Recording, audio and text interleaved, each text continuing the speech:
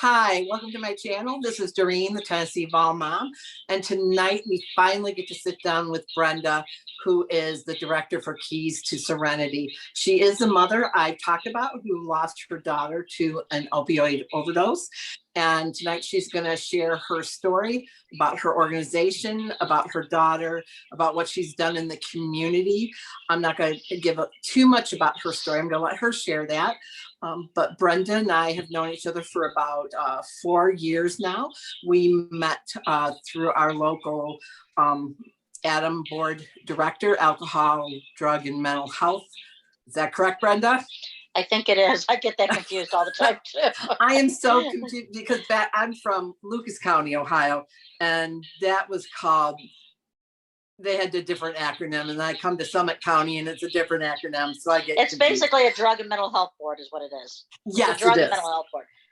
But I had just started the Final Farewell project, and our executive director just thought Brenda and I would be a good, it would be good for us to collaborate. We've been friends since, and I'll let her talk a little bit more about her stuff.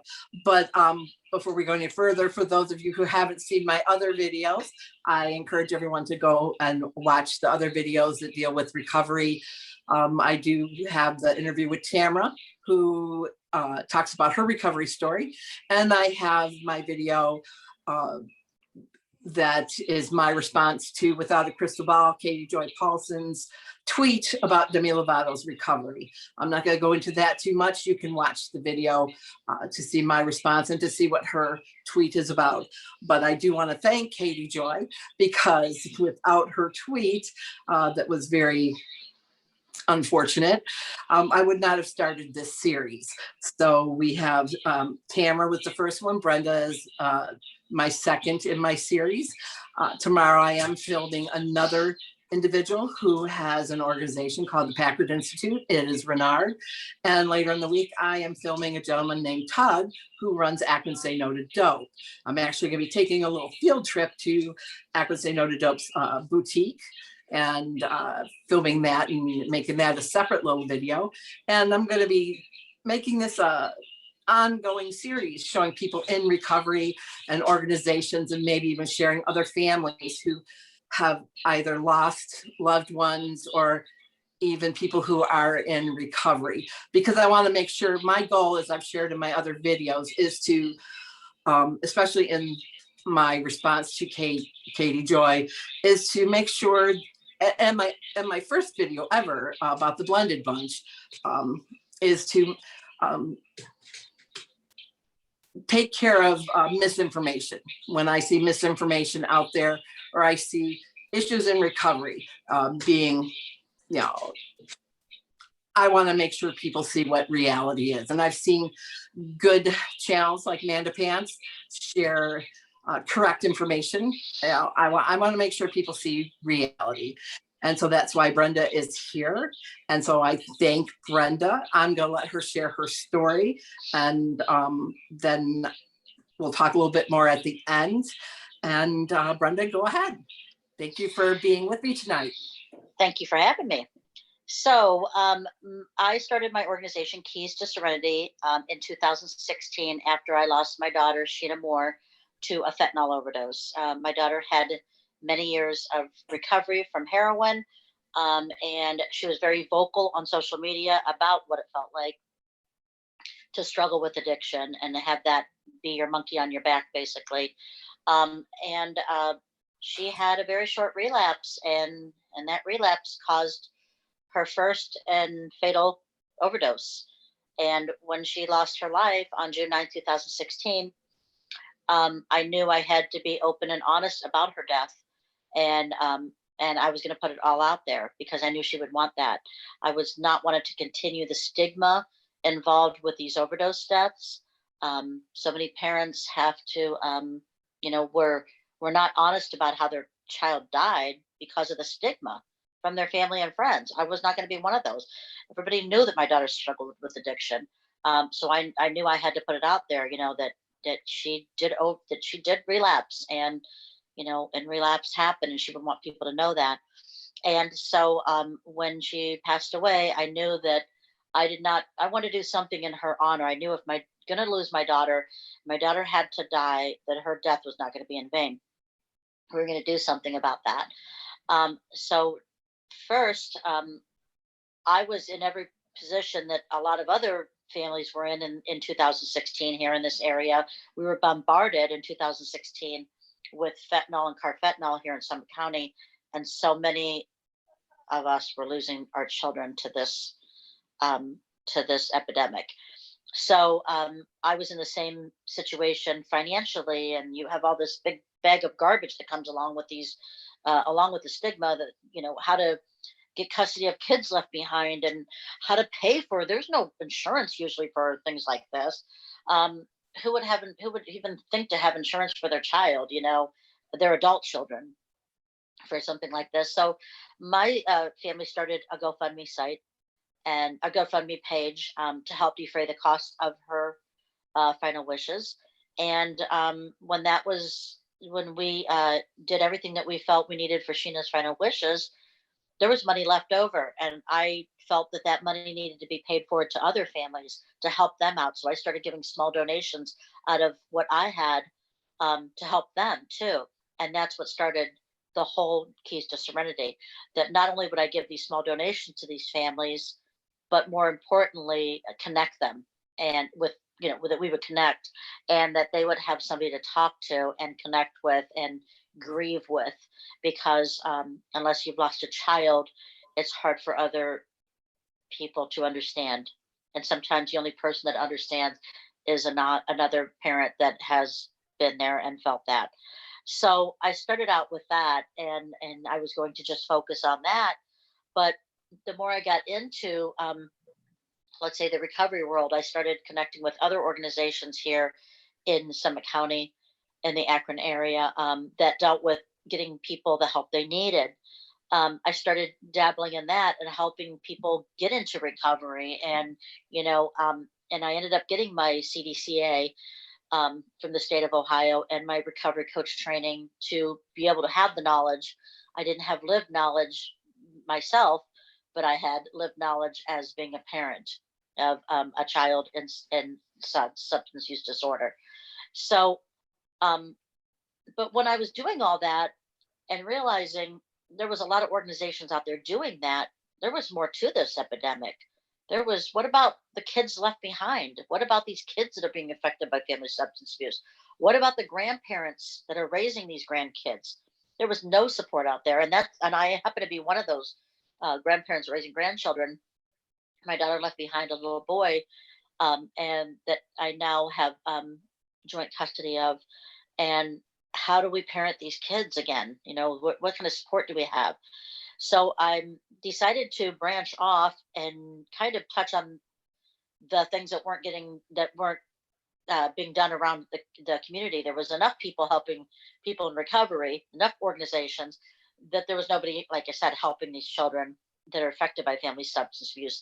And basically, I started out with wanting to give these kids a day of love and connection. So we have had, it'll be our third event coming up this summer. Last year, everything was kind of on hold, but we're following through again this summer. At the end of August, we are having what we call our Keys to the Heart event. And that is an event that we bring 150 children together here in the Summit County area that have been affected by family substance abuse, whether they've lost a parent, whether the parent's incarcerated, the parents are just too sick to take care of them, grandpa's raising them, they're in CSB, whatever. If you're if you have a child that has been affected or is currently being affected by family substance abuse, we sign them up and we bring them to a big, like a carnival setting, and it's just a day of love, but more importantly, to connect with these children with other children, so they can look around and say, hey, I'm not alone in this. There's other kids that have get through sometimes just knowing that you're not alone in something helps. As a child, helps a lot to know that you're not the only one, because children always think that they're the only one out there that is going through the same thing. So I we're doing that event again on August 28th, and we pulled a second event for the older kids, 8 and above. My daughter was if anybody knows about fishing, she got the Fish of Ohio Award every year, and she became what they call a master angler. And it's just a personal recognition award that you get the state of Ohio by catching so many of the fish of Ohio at a certain length and weight and whatnot. And she just loved fishing, and she actually at one time wanted to be a professional fisherman. She's very good at fishing.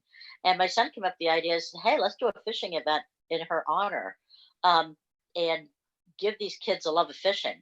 So we're doing a second event. This will be our second time doing a second event for the older kids, and that's going to be September 26th. And that's going to be at Akron Motorcycle Club.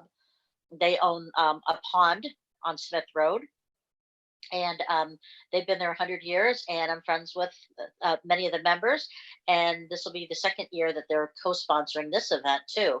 And we bring 60 of those children together, 8 and above, and give them a day of fishing from 11 to 2, and feed them lunch.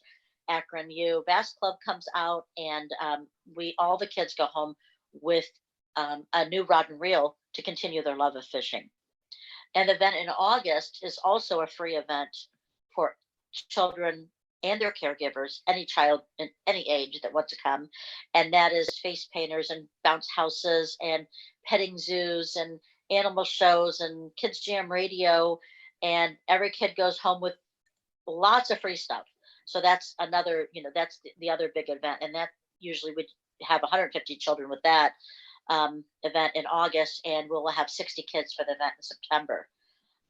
Another group that I started was Keys to Parenting again, because again, there wasn't any help for the grandparents raising grandchildren. And that's just a support group that we do quarterly. We are on hold right now because of the pandemic, but as soon as we're allowed, we're going to start that up again. We hold that at the Red Cross building in Akron. And we bring professionals in to help these kinship providers. And some of these professionals may be judges that explain the court systems and how their grandparents' rights work, and education, and just there's so many of us that are parenting again and trying to figure this all out. So that is another group that I started. And yeah, so that's kind of where we're at this point in the game, and get ready to dig our heels and get busy again this summer and get all these events started again. I'm ready. It's been almost a year with nothing, so we really need the help out there. We need to get these things going again. So talk a little bit about the people around the state that you've worked with, the local leaders, the statewide leaders. I want people to know just how far your organization has gone, and all the advocacy that you yourself have done, and just I've just been impressed with the people that you have worked with, and I'd like everybody to know just exactly what you've done. Thank you. So I was approached by Senator Frank LaRose, back in 2017, I believe.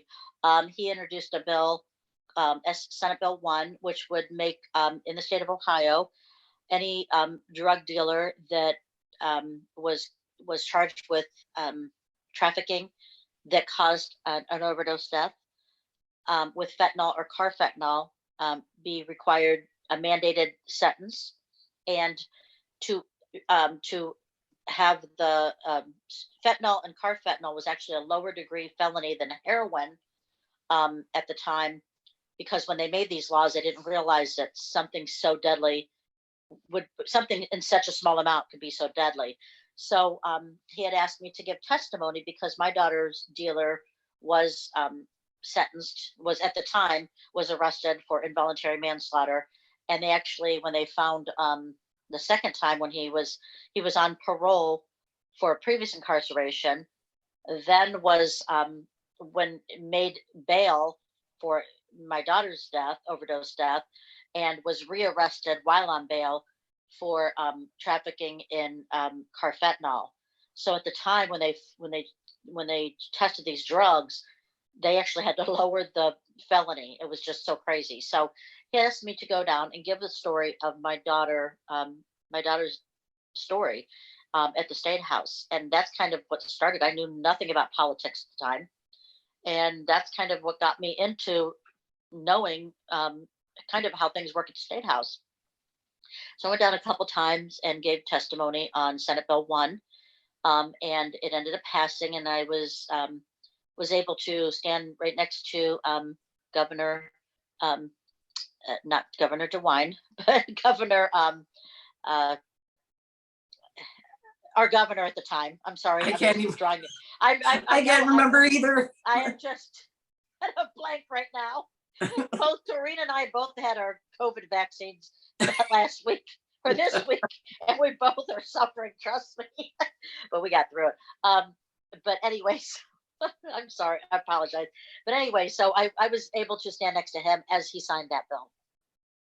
And then Governor DeWine is our governor now. But I've also met Governor DeWine because he used to be our Attorney General here in the state of Ohio, and I really respected his work, what he did for the opiate epidemic and going after these drug dealers, and so I supported Governor DeWine, and I think he's doing an amazing job. I also was I was invited by my friend Cindy DeMaio, who has an organization here in Akron who educates school age children on the dangers of drugs. She lost her her daughter that was only in high school to an overdose, and Could you she give us, met. is it, is it Yeah, okay to give us the name absolutely. of that Yeah, organization? Rachel's Angels. Yeah, Cindy runs Okay, Rachel's Angels, and again, they work in the city of Akron School District and educate those children, in junior high and high school. One pill will kill. That's their, they teach that. So she got connected with our Tim Ryan, and yeah, so Tim Ryan invited us down. Tim is the co-chair of Addiction Treatment and Recovery Caucus in at our federal building and at he is the our congressman. thank you. Wow. Yeah. So I was able to go to on Capitol Hill with Cindy, and we were able to give our stories to the Addiction Treatment and Recovery Caucus because he is the co-chairman there, and that is a bipartisan organization, run by our with congressmen and senators there too. So that's just kind of who I've worked with, and just started kind of lobbying at the State House just to, just now going to start lobbying for grandparents' rights, to get the financial aid for the grandparents here. There was a case brought with a federal case brought in to the state of our different states around here, Ohio, Michigan, and I believe Kentucky, to give grandparents raising, actually kinship providers, the same financial support as foster parents. And that Wow. actually was passed, and the state of Ohio took it to try to appeal it, and our U.S. Supreme Court overruled that. Oh, So that passed. That passed 3 years ago, and that money has not been even started and distributed through the state of Ohio. So I'm planning on going down to the State House to put some pressure. I met up with some people just recently on how to get things rolling there, and it's all about the loudest voice gets heard. That's my theory. exactly. That's my motto. If you see something that's not right, start talking about it, and politicians don't like their name put out there. And they start putting their name out there, and that's we when they're elected, they know that they're going to be called out, and they're going to have to answer some tough questions. It's nothing personal. It's just how it is. So And I have the to loudest say that, voice. and I have to say that you have made lots of noise, Yeah, that you do not shy away. Brenda does not shy away from anything, never shy away from a fight. nothing. No way. If I don't think things are right, I will say it. And that, and sometimes, I'm wrong. Sometimes I'm wrong about the situation, but at least it brings some accountability to some of those departments too. Mhm. Um, So, I want, one of the things I'm striving for here in our county is we were just, the county the lawsuit against Purdue, here in Summit County, we had $100 million that Mm. was awarded to Summit County for the opioid epidemic. And there's been a committee, and I know that the COVID has, slowed that down a lot, but there's been a committee that that has been probably for like 7 months, and no money has been distributed yet through our county. And overdose deaths are soaring right now, especially during the COVID. So we are, and they're saving it for a rainy day. And it's like, it's pouring out, people. Let's get busy with this money. Let's get this money distributed. So again, I'm making noise on that too. But sometimes that's what you have to do. The loudest voice gets heard. Well, we're going to probably need to start wrapping up, but Yeah. I thank you so much, Brenda. And Of course. what I'll do, I will put your link to Keys of Serenity in the description box of my video. If you can email me, Rachel, what did you say the name of the other Rachel's organization? Angels. Rachel's Angels. And aren't you involved with another organization? Something. So Go ahead. What was another organization? Ohio something? Ohio Can is another organization through Summit County. Yeah. I work with a lot of different organizations. We keep our separate nonprofits, but it's important to connect with each other. I'm, the two people that you're going to be interviewing, I'm very close to coming up, in the next few days. Packard Institute and Renard and Tug. I've worked with both of those organizations too, because it's, the numbers, stronger in numbers, our Army's going to be stronger in numbers. What I plan on doing too is once my subscriber count grows, like I said, last week I had 11, this week I have more, but as I grow, I plan on bringing you and Tamara and Bernard and Tug together for a live stream. So people can get into the chat and ask you guys questions. And I always tell people that all of you would be a big hoot. It would be a hoot to have all of you together because, Renard and Tug can be, they're characters. And I think all of you guys together would be a real fun chat. But I'll put your link to your organization in my description box. So people will, be able to connect with you through that. And again, anybody watching, if you want to learn more about what I've talked about, if you haven't seen any of my other videos that are talking about this subject, you can go back and look at my other videos. My channel, when I started my channel, I've only had my channel for 3 weeks now, 4 weeks, 3 weeks. I hadn't planned on this being the main thing that I covered. I was still trying to find where I fit. But this is turning out to be where I'm focusing on mental health, the recovery community, wellness, and some fluff stuff. But I really am happy because I'm also back in graduate school, as you know, Brenda. Yeah. That's pretty, oh my God. That's hard. I was in my early 30s when I was in graduate school. I'm going to be 58 now. My energy, holy cow. It's I'm like a job. Same age.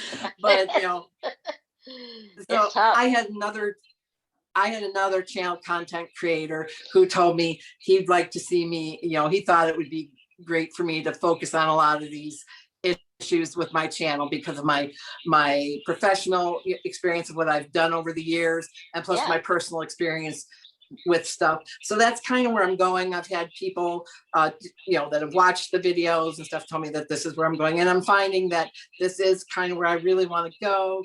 And I even told Renard in my message to him that maybe I want to fly out to Florida and go see PI out in Florida. So, oh yeah, Wyatt and I just came from there. That's so nice. Yeah. So, well, Brenda, thank you so much, and we will talk to you soon. And you have a good night.